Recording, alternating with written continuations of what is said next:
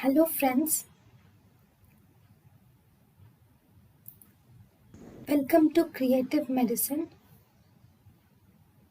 In this lecture, we will learn about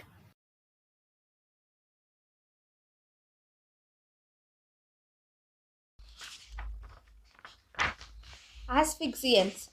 First, carbon monoxide. Carbon monoxide mechanism of action. Carbon monoxide has 200 to 300 times more affinity to hemoglobin than oxygen. Carbon monoxide combines with hemoglobin to produce carboxyhemoglobin. Carboxyhemoglobin reduces the oxygen concentration in the blood and tissues. Signs and symptoms. The signs and symptoms depend upon the percentage of carbon monoxide in blood. If the carbon monoxide percentage is less than 10%, then there is no symptoms. If it is 10 to 20%, the patient may develop breathlessness on moderate exertion, headache, and weakness.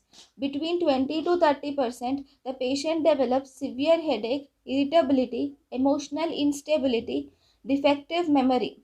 In 30 to 40%, the patient develops cherry red discoloration of skin, mucous membrane, vision is decreased, nausea and vomiting is seen. In 40 to 50%, it resembles acute alcohol intoxication. 50 to 60% concentration of carbon monoxide in blood causes syncope and coma. More than 80% carbon monoxide concentration in the blood causes death of the patient.